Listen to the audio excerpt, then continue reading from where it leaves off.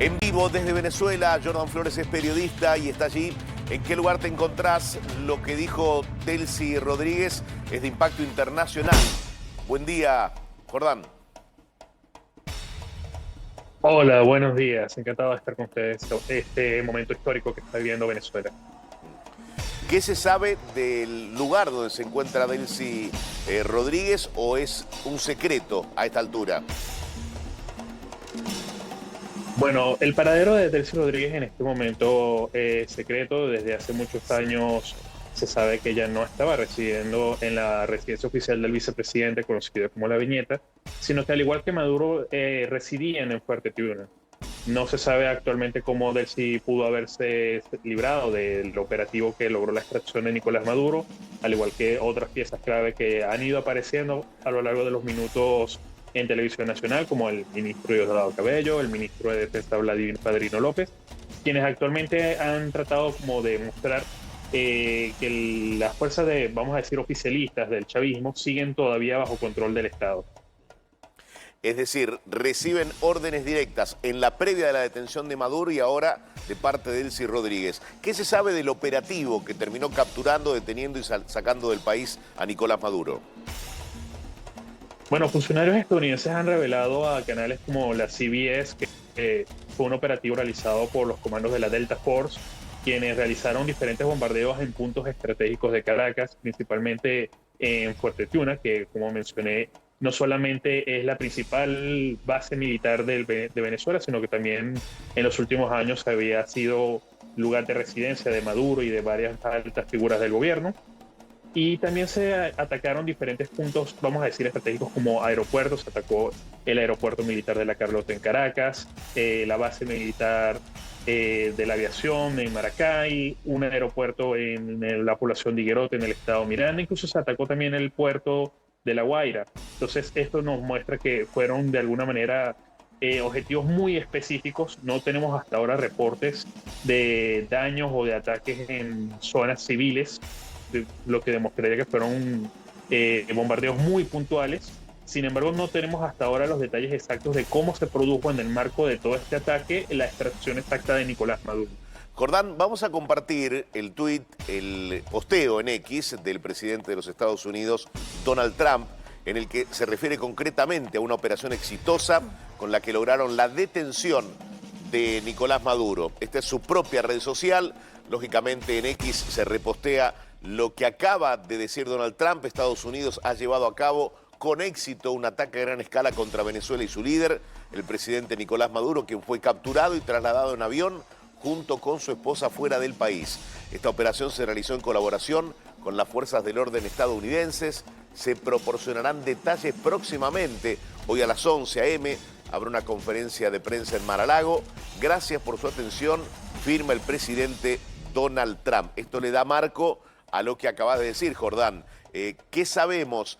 ¿Qué especulación hay en relación a dónde puede estar en este momento Nicolás Maduro? Bueno, en estos momentos seguramente Nicolás Maduro debe estar volando a Estados Unidos capturado, o quizás a la isla de Puerto Rico. No se sabe todavía con certeza y son detalles que el propio presidente Donald Trump esclarecerá cuando dé su rueda de prensa en Mar-a-Lago dentro de unas horas. De momento lo que sabemos acá en Venezuela es que se ha activado un estado de conmoción externa, una figura constitucional que ya Maduro había firmado previamente y que había ordenado que se activara en caso de un ataque. Efectivamente es lo que ha ocurrido y por el momento, si bien la Constitución establece que actualmente la presidencia interina debería quedar a cargo de la vicepresidenta Delcy Rodríguez, tampoco tenemos hasta ahora claro cuál es el estado actual de la cúpula del gobierno, qué figuras se van a tomar ahora Bien. para el control y el orden público de Venezuela por el momento. Jordán, te propongo que escuchemos juntos, junto a nuestros televidentes también, a Diosdado Cabello. Está hablando en este momento. Derecho que pretenda ir más allá de los ataques que cobardemente hicieron las fuerzas policiales, militares y nuestro pueblo en esa fusión que llamó nuestro presidente Nicolás Maduro para garantizar la paz y la tranquilidad de nuestro país. Desplegados. Y desde aquí, desde este hermoso lugar, llamo a la calma a nuestro pueblo. Confíen en el liderazgo, confíen en la dirigencia del alto mando político, militar, para la situación que estamos atravesando. Mucha calma, que nadie caiga en el desespero, que nadie caiga en facilitarle las cosas al enemigo invasor, al enemigo terrorista que nos atacó cobardemente. Que nadie le facilite las cosas. No es la Diosdado primera Cabello, lucha, quizá el hombre no es la de primera batalla más que alto enfrenta este perfil pueblo. en Venezuela, detrás de Nicolás Maduro, pidiendo calma, que la situación está bajo control. Jordán, la consulta es: ¿qué sucede en las calles de Venezuela? ¿Qué pasa en Caracas especialmente? Pues actualmente las calles de Caracas se encuentran totalmente vacías. Afortunadamente, como los bombardeos ocurrieron durante la madrugada, se redujo al mínimo la cantidad de gente en la calle. Muchos están hoy en este momento en sus hogares a la expectativa precisamente de qué pudiera pasar. Hemos tenido reportes que precisamente desde que iniciaron los bombardeos ha habido un fuerte despliegue militar, sobre todo en el centro de Caracas. Tanques que están custodiando el Palacio de Miraflores, despliegues de efectivos que están resguardados diferentes instituciones que no fueron afectadas por estos ataques. Sin embargo, el panorama para la población actualmente es totalmente de incertidumbre y expectativa. Ajá. Y a vos, Jordán, como ciudadano, ¿dónde te tocó el momento donde se registraron las primeras explosiones y el primer ataque, incursión militar por parte de Estados Unidos? Bueno, los primeros ataques ocurrieron alrededor de la 1 de la mañana. En este momento me encontraba yo particularmente en mi casa, como muchas otras personas. Hay gente que despertó literalmente con la noticia, otros que no durmieron siguiendo minuto a minuto. Y ha sido interesante precisamente ver en redes sociales cómo estos ataques sorprendieron a muchos venezolanos que estaban, por ejemplo, acampando en el Ávila y pudieron ver toda la panorámica de lo que fue el bombardeo. Un grupo de personas que estaba en la playa y capturó en vivo el momento en el que un misil impactó contra el puerto de La Guaira. Y afortunadamente han sido esos testimonios de personas que estaban de alguna manera teniendo fiestas, vamos a decir, posteriores a la celebración de Año Nuevo, quienes de alguna manera terminaron capturando en vivo y en directo todo lo que ocurrió. ¿En la previa se especulaba con que esto podría ocurrir o fue totalmente sorpresivo? Pues Donald Trump ya venía adelantando esto desde hace muchos meses. Él desde diciembre había dicho que próximamente iban a avanzar con las operaciones en tierra dentro del marco de la Operación Lanza del Sur. Sin embargo, toma completamente por sorpresa este ataque.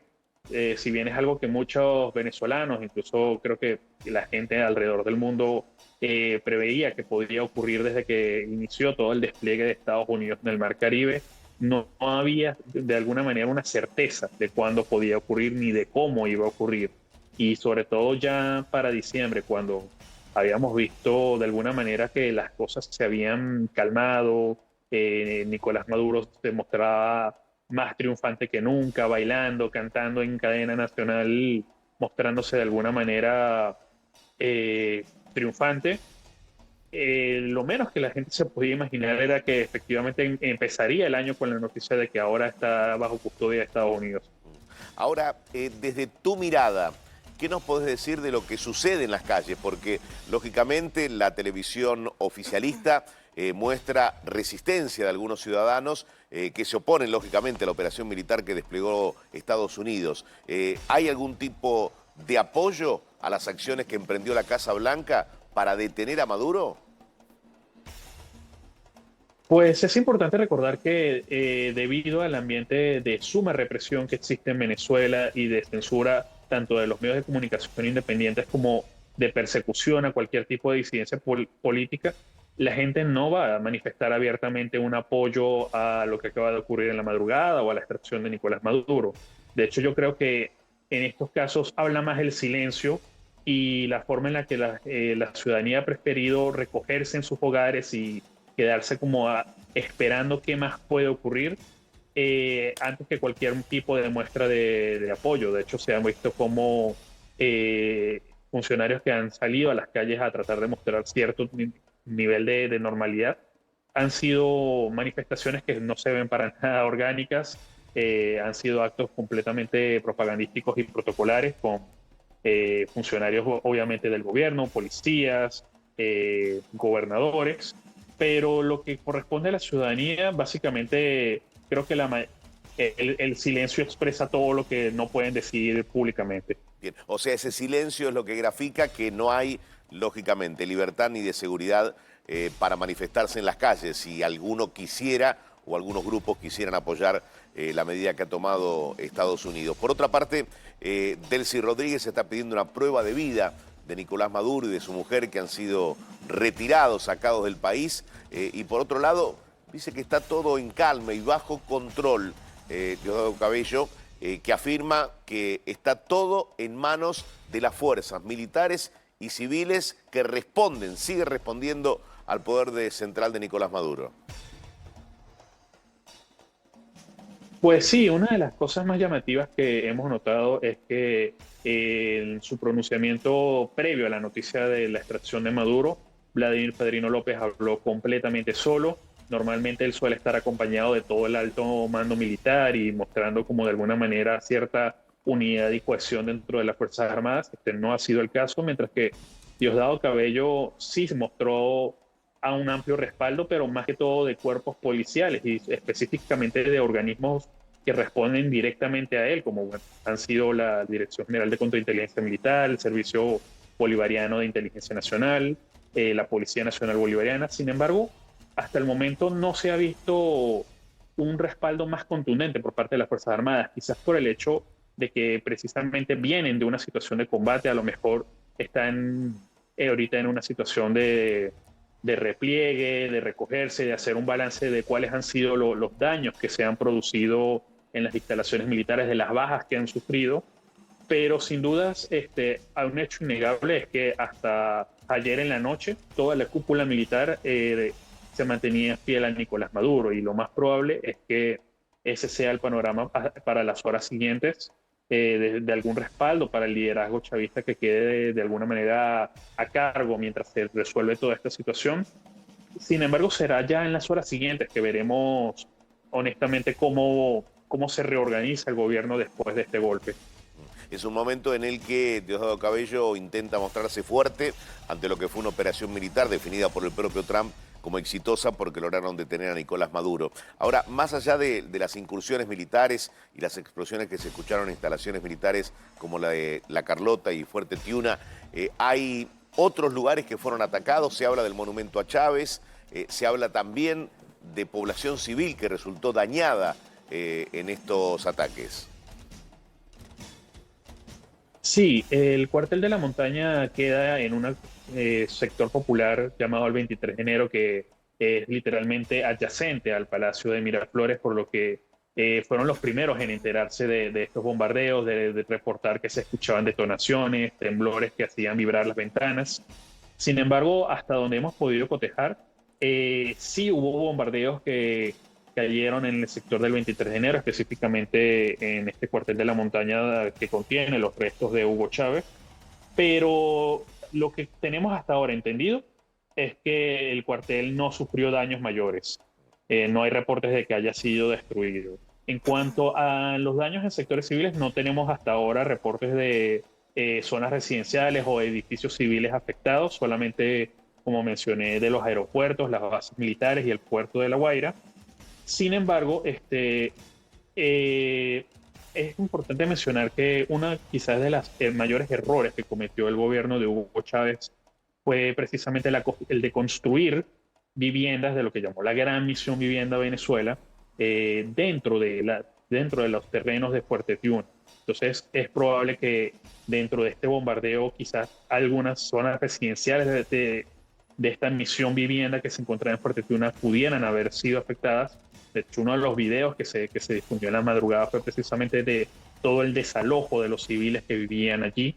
Pero, como mencioné, de momento no tenemos hasta ahora un balance, vamos a decir, completo de toda la magnitud de los daños que se provocaron durante los ataques. Estamos viendo en la televisión el mensaje que todavía sigue dando Diosdado Cabello a quienes lo siguen, a las fuerzas militares, como también la convocatoria a los civiles. ¿Hubo una convocatoria oficial para que los civiles, los ciudadanos comunes, salgan a la calle para repudiar lo que ocurrió con Nicolás Maduro? Sí, de hecho, Delcy Rodríguez también reiteró ese llamado al pueblo a salir a la calle. Ellos, desde que empezó todo el despliegue estadounidense, han hablado de la unión militar, policial y popular, incluso integrando precisamente todo lo que viene siendo las comunas o los consejos comunales a la milicia bolivariana, haciendo las jornadas masivas de alistamiento. Y precisamente ellos, dentro de los escenarios en los que preveían un ataque de estadounidense en territorio venezolano, lo que veían era precisamente la activación de lo que llamaron los comités bolivarianos de bases integrales, los comandos de defensa integral nacional, los cuales están integrados mayoritariamente por militantes del oficialismo, milicianos, y que probablemente son los que vayan a salir en las calles en las próximas horas a mostrar su apoyo al gobierno. De lo que te ha tocado observar o ver en las calles, al menos de Caracas, ¿se encuentra militarizada y mayor presencia de efectivos? Sí, totalmente.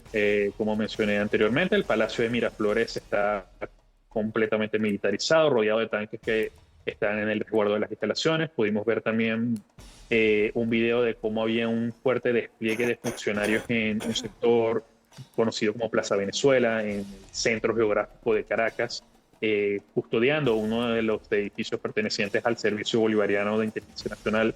Entonces sí, existe un fuerte despliegue policial y militar en este momento, sobre todo incluso en los sectores del este de Caracas, que son zonas principalmente de clase media alta, históricamente opositoras, y que fueron epicentro de muchas de las protestas que la oposición hizo hasta recientemente enero del 2024, cuando María Corina Machado hizo su última convocatoria pública. Entonces son precisamente los sectores que el oficialismo de alguna manera está resguardando más, precisamente evitando quizás una potencial foco de protestas que pudieran salir. Estamos observando imágenes en vivo de Venezuela. Los ataques culminaron, lo que se oyó en cuanto a explosiones y a incursiones militares de Estados Unidos no se ha repetido, Jordán, hasta el momento.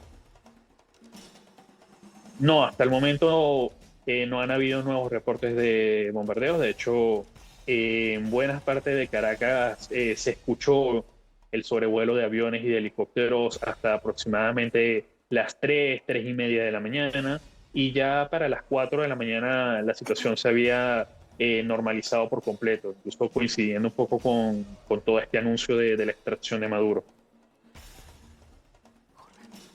Jordán, ¿cómo estás? Buen día. Te quería preguntar cómo es la situación de los aeropuertos y de las salidas del país, teniendo en cuenta que el gobierno de Estados Unidos instó a todos sus ciudadanos, los que tienen residencia permanente y los turistas, a dejar el país de inmediato. Quería saber si esto se ve reflejado en las salidas internacionales. Sí, bueno, hasta el momento no tenemos reportes de que el principal aeropuerto de Venezuela, que es el Aeropuerto Internacional de Maiquetía, haya sido atacado. Sin embargo, también es importante resaltar que ya desde hace muchos meses Venezuela estaba básicamente dentro de una burbuja en la que no estaban entrando y saliendo vuelos, precisamente por las notificaciones que había hecho Estados Unidos sobre los posibles riesgos de sobrevolar cerca de Venezuela. Apenas se mantenían unas cuantas rutas puntuales hacia Colombia, hacia algunos países como Rusia. Incluso se sabe que bueno, el último vuelo que salió de Maiquetía antes de que empezara el ataque fue precisamente para Moscú. Y de momento desconocemos cómo vaya a ser la situación actualmente con los vuelos. Ya sabemos que Colombia ha activado todo un despliegue en su frontera previendo una posible llegada masiva de refugiados, pero hasta ahora todo el panorama en cuanto al tráfico aéreo es completamente desconocido ahora. O sea, panorama aéreo desconocido. Incertidumbre también por parte de la población. El único canal de información que tienen es la televisión oficialista. En cuanto a la línea de opositores, de aquellos que resisten el régimen de Nicolás Maduro, ¿se sabe algo? Pues de momento el canal de vocería oficial de María Corina Machado y Edmundo González aclaró que por el momento no van a haber declaraciones de los líderes opositores, quizás todos están evaluando el terreno, esperando cuál pudiera ser un desenlace antes de hacer quizás algún tipo de declaración apresurada. Y tampoco hemos visto ningún tipo de declaración de otros tipos de dirigentes opositores, tanto de la Plataforma Unitaria Democrática, que respalda a Edmundo González y a María Corina Machado, como de otros sistemas de oposición, vamos a decir, más cercanos al gobierno, de la oposición permitida, han también mantenido un silencio absoluto dentro de lo que está pasando. Así que se puede decir que no hay información ni de la línea oficial del gobierno de Maduro, que apenas está empezando a dar sus primeras declaraciones, como de la parte opositora, que hasta ahora mantiene un completo silencio. De parte de Diosdado Cabello o de Delcy Rodríguez, ¿hay algún tipo de recomendación para la población? Hasta el momento, más allá de los llamados a la calle que hicieron Delcy Rodríguez y Diosdado Cabello, rescato particularmente las declaraciones del ministro de Defensa, Vladimir Padrino López, quien precisamente instó a la población a mantener la calma, a quedarse en sus casas, de alguna manera como dando ese respaldo institucional dentro de lo que cabe en la situación. Y una de las frases que me ha hecho bastante ruido, porque la han repetido los tres voceros, ha sido la de evitar situaciones que pudieran favorecer al enemigo. Desconocemos qué tipo de situaciones pueden ser estas, a qué hacen referencia, pero hacen un llamado básicamente a la población a mantener la calma y a mantener como ese escenario de tranquilidad que han mostrado incluso dentro de la televisión oficialista. Claro, y esperar que pasen las horas y que esas horas que transcurran traigan un poco de claridad en torno a lo que sucedió con la captura, la detención y la salida del país de Nicolás Maduro. Por otro lado, yo te preguntaba acerca de la ciudadanía, cómo se informa, si reciben algún tipo de mensaje a través de redes sociales. En el caso del periodista, como es tu caso, ¿hay posibilidad de chequear información? ¿Están completamente herméticos los líderes opositores? ¿Qué sucede con la información que se conoce? ¿Solo lo que brinda Delcy Rodríguez, Diosdado Cabello, lo que el poder central con la figura de Maduro transmiten hacia Venezuela? Bueno, el pueblo venezolano ha estado acostumbrado en los últimos años a buscar fuentes alternativas de información. Toda la situación, vamos a decir que de opacidad que existen en los medios de comunicación tradicionales no es nueva, tiene ya varios años, por lo que los venezolanos han aprendido a desconfiar de los canales de televisión, de las emisoras de radio, de ciertos periódicos que quedaron bajo control del Estado, y por eso han abocado hacia las redes sociales como principal fuente de consumo. De hecho, hasta hace 2 años, la principal herramienta de información en Venezuela era X, antes Twitter, y después de su bloqueo por parte de Maduro en agosto de 2024, la gente ha precisamente optado por redes un poco más cerradas, canales de difusión de WhatsApp, de una forma de comunicación, vamos a decir, más de boca en boca, de retransmitir mensajes. Y eso ha sido, por una parte, una hazaña por parte de la ciudadanía para mantenerse informada más allá de la censura oficial. Incluso también con los directos de TikTok han sido también una fuente muy importante de la que se trajeron videos durante la madrugada de los pobladores que grabaron desde sus casas en vivo estos ataques. Y para nosotros los periodistas ha sido también todo un hito en materia de fact-checking y de confirmación de información, ya que básicamente es cuestión de recibir los videos en caliente, tratar uno mismo de lo que se puede ver, distinguir en las imágenes, de tratar de ubicar desde dónde se están produciendo los ataques, cuáles son las zonas. Hubo muchos videos en redes sociales en su momento que confundieron ataques en otros países, por ejemplo, del conflicto de Israel con Palestina, y los hacían pasar por Venezuela, pero es sorprendente también cómo las redes de inteligencia que se han producido dentro de las propias redes sociales han permitido desmentir en cuestión de minutos estos videos y de filtrar cuáles son los verdaderos de otros que pudieran incluso ser hasta inteligencia artificial o imágenes descontextualizadas de otro país.